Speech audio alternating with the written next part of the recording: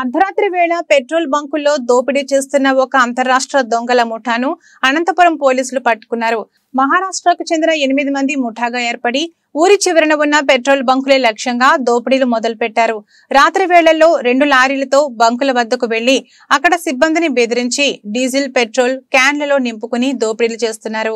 అలా దొంగిలించిన డీజిల్ ను తక్కువ ధరకే మరో ప్రాంతాల్లో విక్రయిస్తున్నారు. ఇలా కర్ణాటక, ఏపీ, మహారాష్ట్రాలలో డీజిల్ దొంగతనాలు చేసిన పార్టీ గ్యాంగ్ జిల్లాలోకి ప్రవేశించిందని సమాచారం అందుకున్న పోలీసులు ప్రత్యేక నిఘా పెట్టారు. పక్కా సమాచారంతో ఎస్కే యూనివర్సిటీ సమీపంలో 5 మంది ముఠా సభ్యులను అరెస్ట్ చేశారు. వీరిలో కీలక సభ్యులు మరో 3 పరారీలో ఉన్నారు.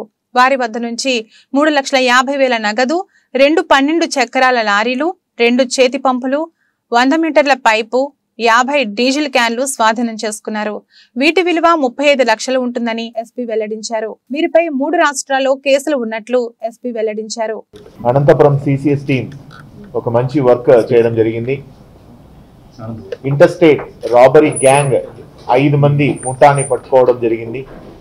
వీళ్ళు స్పెసిఫిక్ గా ఊరు బయట ఉన్నటువంటి పెట్రోల్ బంక్స్ ని టార్గెట్ చేయడం, అదే విధంగా టైర్స్, లారీ టైర్స్ కానీ ఆర్ వెహికల్ టైర్స్ ని ఫోకస్ చేయడం, ఇలాంటి దొంగతనాలు చేసే గ్యాంగ్. దీంట్లో 5 మంది పవార్, దత్తారి నాయక్, బాబానంద షిండే, సురేష్ పవార్, అశోక్ ధర్మ అని 5 మంది.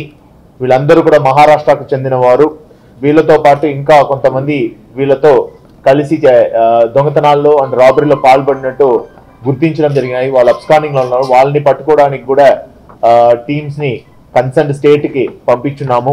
అదేవిధంగా ఈ రోజు వీళ్ళ దగ్గర నుంచి దాదాపు 3,50,000 వర్త్ ఆఫ్ డీజిల్, అదే విధంగా 3,50,000 వర్త్ ఆఫ్ క్యాష్, 2 లారీలు ఈ రోజు వీళ్ళ దగ్గర నుంచి స్వాధీనం చేసి వీళ్ళని ఈ రోజు రిమాండ్ కి పెడుతున్నాము.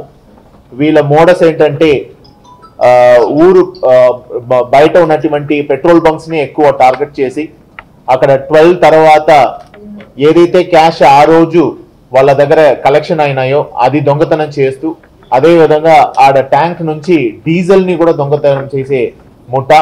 వీళ్ళ మీద కేసులు కర్ణాటక, మహారాష్ట్ర, మన రాష్ట్రంలో సత్యసాయి డిస్ట్రిక్ట్ లో 2, అదేవిధంగా గుర్రంకొండ, అన్నమయ్య డిస్ట్రిక్ట్ లో కేసులు ఉన్నాయి. ఈ రోజు ఆ కన్సర్న్ ఆఫీసర్స్, కన్సర్న్ డిస్ట్రిక్ట్స్ వాళ్ళకు కూడా ఇంటిమేషన్ చేయడం జరిగింది. ఈ యొక్క మంచి వర్క్ లో గట్టిగా చేసిన సిసిఎస్ టీం వాళ్ళందరూ కూడా రివార్డ్ రాయడం జరుగుతున్నాయి.